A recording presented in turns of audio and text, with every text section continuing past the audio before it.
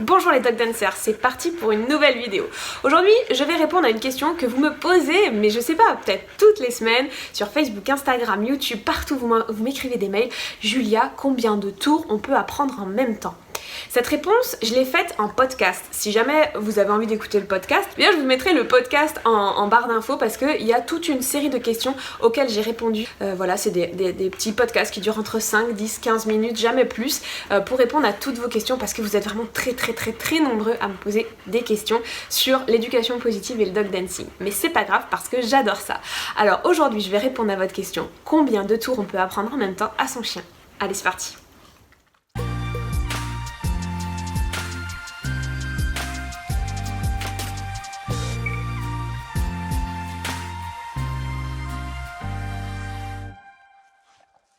Tout d'abord, je voudrais juste rappeler quelque chose, c'est pas la performance qui compte, c'est vraiment l'épanouissement et la relation avec le chien.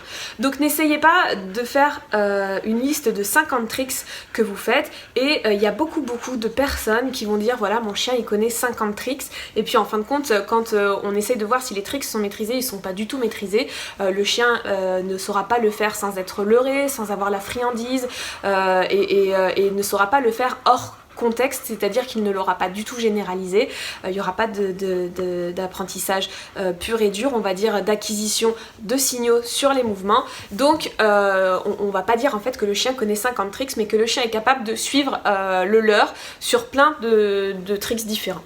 Donc combien de tours on peut apprendre en même temps ? Le plus important, enfin selon moi bien sûr, c'est toujours selon moi, bien sûr toutes ces vidéos c'est selon moi, le plus important c'est pas le nombre de tours que vous pouvez apprendre en même temps, mais comment bien apprendre un tour. Qu'est-ce que ça veut dire bien apprendre un tour ? Alors bien apprendre un tour, ça veut dire que le chien il comprend l'ordre et qu'ensuite l'ordre il est généralisé, c'est-à-dire que le chien il peut le faire chez vous dans votre salon, il peut le faire dans le jardin, il peut le faire au parc, il peut le faire avec d'autres chiens autour, il peut le faire en démonstration avec de la musique. Voilà, ça s'appelle généraliser. Et l'acquisition du tricks, c'est quand le tricks il est sous signal, c'est-à-dire que quand vous dites un signal, on va dire par exemple le salut, votre chien il va vous faire un beau salut qui va le tenir en maintien de position, même si vous n'avez pas fait un mouvement du corps ou un leurre, voilà, vous avez juste dit salut et paf, votre chien il se met en salut par exemple. Donc là, on va dire que le tour il est appris, il est compris. Donc à quoi ça sert de comprendre ça ? C'est que sur un tricks, vous pouvez passer plusieurs semaines, voire plusieurs mois pour vraiment le peaufiner et aller jusqu'au bout de l'apprentissage de ce tricks. Alors moi je vais vous dire, selon moi, enfin voilà, je vous conseille juste d'apprendre un tricks à la fois, c'est-à-dire vraiment l'apprentissage du mouvement, parce que moi je considère qu'il y a plusieurs catégories. Il y a la catégorie vraiment apprentissage du mouvement, puis après il y a vraiment mise sous signal, puis après il y a la généralisation, et ça c'est vraiment trois choses ultra différentes. Et on va dire que quand on est dans l'apprentissage du mouvement, c'est-à-dire la compréhension du mouvement par le chien, que ça soit au leurre ou au chapping, oui, je sais pas pourquoi je te fais ça, mais ça a pas l'air de te déplaire. Oh, c'est trop d'amour.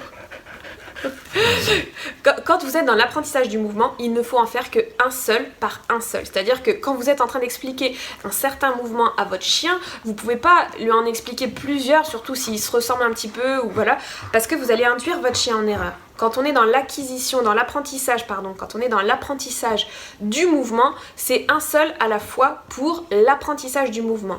Mais en revanche, tous les tours où les mouvements sont bien compris, vous pouvez en avoir plusieurs où vous êtes en train de diminuer le leurre parce que le mouvement est mis sous signal, vous êtes dans la phase où vous diminuez le leurre. Il peut y en avoir plusieurs qui sont en cours de généralisation, il peut y en avoir plusieurs qui sont en phase où vous travaillez la vitesse d'exécution, la discrimination d'ordre.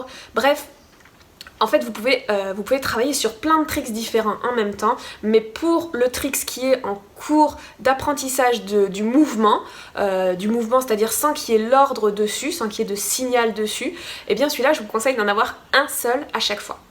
J'espère que ces petites explications sont claires. Je vais les accompagner d'un petit article de blog que je vous mets juste en dessous de la vidéo si vous voulez que ça soit bien structuré et bien écrit, parce que moi je sais que ça m'aide quand les choses elles sont bien structurées et bien écrites. N'hésitez pas donc à vous abonner à la chaîne, à mettre un petit pouce si vous avez aimé la vidéo, à aussi activer la petite cloche parce que c'est super important pour être informé des prochaines vidéos. Vous pouvez nous suivre sur Facebook et Instagram parce qu'on est très active avec Gypsy, Cracotte, Rougaille et moi-même. On vous partage beaucoup d'entraînements et beaucoup d'astuces au quotidien et aussi les bons plans sur la boutique. Et puis pour finir, n'hésitez pas à me laisser un commentaire sous cette vidéo en me disant, en me posant une question à laquelle vous aimeriez une réponse. Parce que voilà, une fois par mois, je répondrai à vos questions avec grand plaisir. Maintenant, je vous souhaite, je sais pas, une belle journée, une belle soirée, je sais pas quand est-ce que vous allez regarder cette vidéo. Je vous souhaite surtout de bien vous amuser avec votre chien parce que n'oubliez pas que c'est le plus important. Oubliez la performance et vraiment mettez sur un piédestal l'épanouissement et la relation avec le chien. Éclatez-vous, c'est vraiment le plus important. Je vous fais des très gros bisous et je vous dis peut-être à tout de suite sur Instagram ou Facebook. Allez, salut!